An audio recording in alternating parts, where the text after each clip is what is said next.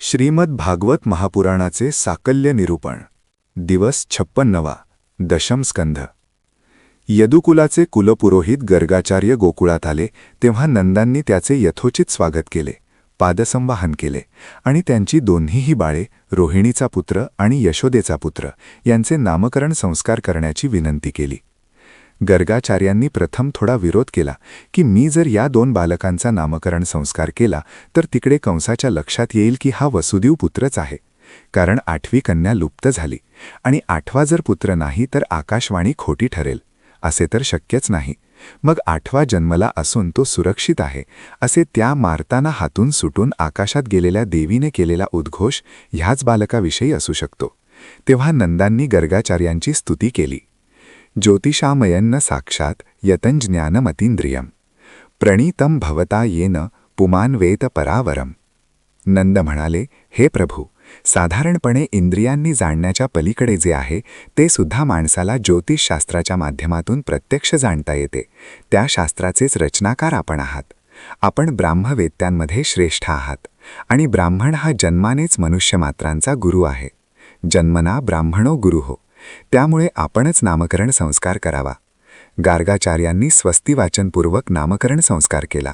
ते म्हणाले, हा रोहिणेय सकल सहदयांना रमविल म्हणून हा राम आहे, हा बलराम म्हणवल्या जाईल। हा दुसरा प्रत्येक युगात वेगळा रंग धारण करणारा आहे। आता ह्या युगात हा सावळा कृष्णवर्णी आहे म्हणून त्याला कृष्ण म्हणावे, असे सांगून त्याच्या भविष्याविषयी कथन केले। भगवंतांच्या 6 गुणांचे प्राकट्य कृष्णात होईल, याचे रक्षण करून यांचे प्रेम संपादन करतील, त्याच्या आशा आकांक्षा पूर्ण होतील। हे ऐकून नंदांना आनंद झाला। त्यांनी दान दक्षिणा देऊन संतुष्ट केले। काही कालानंतर रामकृष्ण गोकुळात रांगू लागले, बागडू लागले। नवीनच रामणे शिकल्यामुळे पुन्हा पुन्हा रांगत वाड्याबाहेर जात, रस्त्यात धुळीने माखून निघत, काही आवाज ऐकून कुणाच्याही मागे मागे जात, त्याच्याकडे पाहिल्यावर दुसराच कुणी पाहून भयभीत होऊन सरसरसर मातेकडे येत आणि तिला बिलगून जात।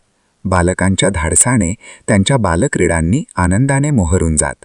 त्यांना जेव्हा ते स्तनपान करवीत तेव्हा कौतुकाने त्या बाळांना निरखीत, त्यांच्या कुरळ्या काळ्याभोर केसांवरून आपला प्रेमळ स्नेहमय हात फिरवीत। बालकृष्णसुद्धा अधूनमधून आपल्या प्रेमळ आईच्या मुखाकडे पाहून बालिशपणे हसत। दोघांनाही आनंद वाटे। बालकृष्णाची एका लहानग्या वासराशी घट्ट मैत्री होती। वासराने त्याच्या आईला हम्मा म्हणून साथ दिली की कृष्णही मैया म्हणत असे।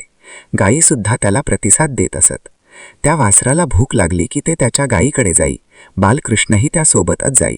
श्रीकृष्णाची मधुरा भक्ती अशी विलक्षण आहे की ती गाय तिच्या आचळांना झोंबणाऱ्या वासराऐवजी कृष्णालाच चाटीत असे। कृष्ण तिच्या शेपटीलाच धरून उभे राहण्याचा प्रयत्न करीत असे। गाय आणि कृष्ण दोघांनाही एकमेकांच्या आलंबनाचा आनंद होत असे।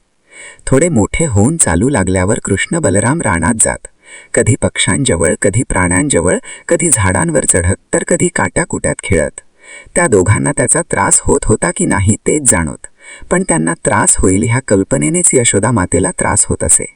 त्यांना त्रास होऊ नये म्हणून तिचे घर कामातही लक्ष लागत नसे। चिंतनात घर काम घर संसार नाही तर भगवंताला ठेवा चित्त, भगवत चरणी राहू द्या, भगवंत तुमचाच राहील। घरात कितीही प्रेमाने कौशल्याने वागले तरी ते मायाजालच आहे। त्या जाळ्यात गुंतल्यावर एक पाय काढण्यासाठी दुसरा पाय त्यात बुद्ध्याच फसवावा लागतो, अशी ती फसवा फसवीच आहे। त्याकडे लक्ष न दिल्याने कोसळाल तर मोक्षच आहे नक्की। तेव्हा प्रपंच पाण्यातल्या नावेसारखा किंवा पद्मपत्र मी वांभसा करावा।